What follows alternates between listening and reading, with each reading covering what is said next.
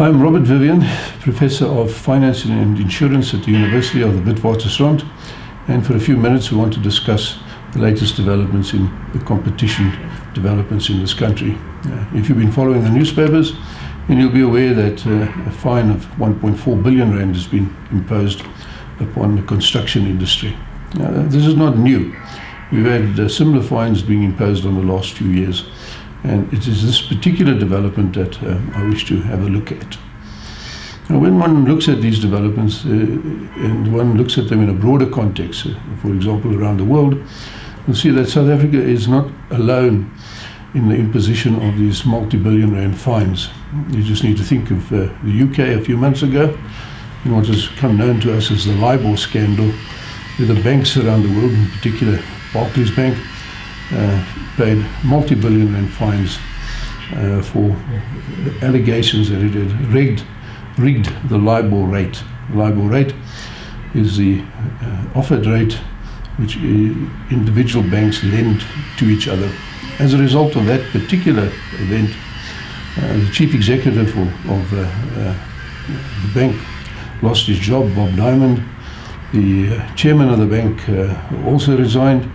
And the heir apparent for the bank, the position of governor of the Bank of England, did not get that position. It went to a Canadian as a result of it. Now, if you look at that, then it's clear that there is a particular phenomena which requires some understanding, and that is, why are executives in various parts of the world, including South Africa, making admissions for the commission of, on the face of it, looks like a crime, and then ending up paying billions of dollars to a government institution or department. Now, in all of these cases, there is a common thread, that there is no court involved in the process. The institutions find that they have not been charged, they've never been tried in a court of law. Court of law or judge has never imposed a fine upon them. These are voluntary payments being made by these particular institutions. The matter gets even more interesting when one thinks of it in greater detail and examines it closely. Again, looking at the LIBOR case, what crime did the bank commit? One can say that they committed a crime and it was obvious to them that they committed a crime, and therefore what they should do is pay the fine rather than go to court and waste the court's time, because obviously the crime is so clear that they had committed. Certainly that is the view which is in the minds of the public, who have ever since castigated the banking industry as a result of it. Now, the question was put to the British prosecuting authorities: why did they not prosecute the banks? And then we find a rather surprising answer which came from the prosecuting authorities. Those banks were never prosecuted because they in fact never broke any crime. They could not find any crime with which to charge them, let alone to get a conviction. So we have this strange phenomena that executives around the world are confessing to committing to things which are really not crimes at all, and then handing over billions in shareholder funds for no logical and rational reason that I could find. And now it's an attempt to try and understand that phenomena, which is what I think we should be looking at. Okay, with this scenario in the background, we can turn to South Africa and say, is the same thing happening in South Africa? Now it becomes clear when you look at what's been happening in South Africa that the same thing is happening in South Africa. The most obvious example is the fines which have been imposed by the competition regime. But outside of that, this has happened repeatedly over the last few years in other areas. Now, why do they in fact do this? I think the answer to this has to go back a few years to the introduction of what was known as insider trading laws. Now, in terms of the insider trading laws, it was an offense for anyone to trade on the stock market with insider information. That information should be released to the public as soon as possible, and as that information is released, so that information will then affect the price of the shares, and all persons could then compete on an equal basis when they trade on the stock market under those circumstances. Of course, people were accused of doing insider trading. Now, in the decades that insider trading legislation was on the books, there isn't a single conviction which had ever taken place. And so this was a matter of concern to the various authorities. Either there was no insider trading, or the system simply could not work to be able to secure a conviction. So somewhere along the line, the idea gained some sort of credence amongst the regulatory authorities. If they designed a system where the system says to the chief executive officers, if you would simply admit liability, then under those circumstances, we will impose an administrative fine against you. That administrative fine means you do not face a criminal charge, you do not get a criminal record, and more often than not, that fine, we do not care really where the money comes from. That fine could be paid by your company. So the company can hand over the funds, you can get on with your life, and under those circumstances, you do not get a criminal record.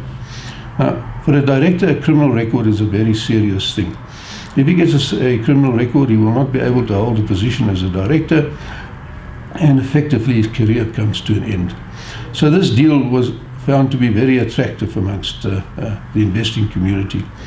And after that deal was put into place, then suddenly what we did notice is that at long last, people were coming forward and then saying they had committed this offense, they would now pay the administrative penalty and not get the criminal record.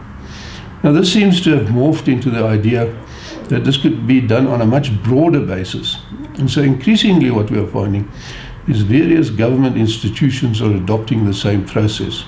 So in the competition regime, the system has worked very well.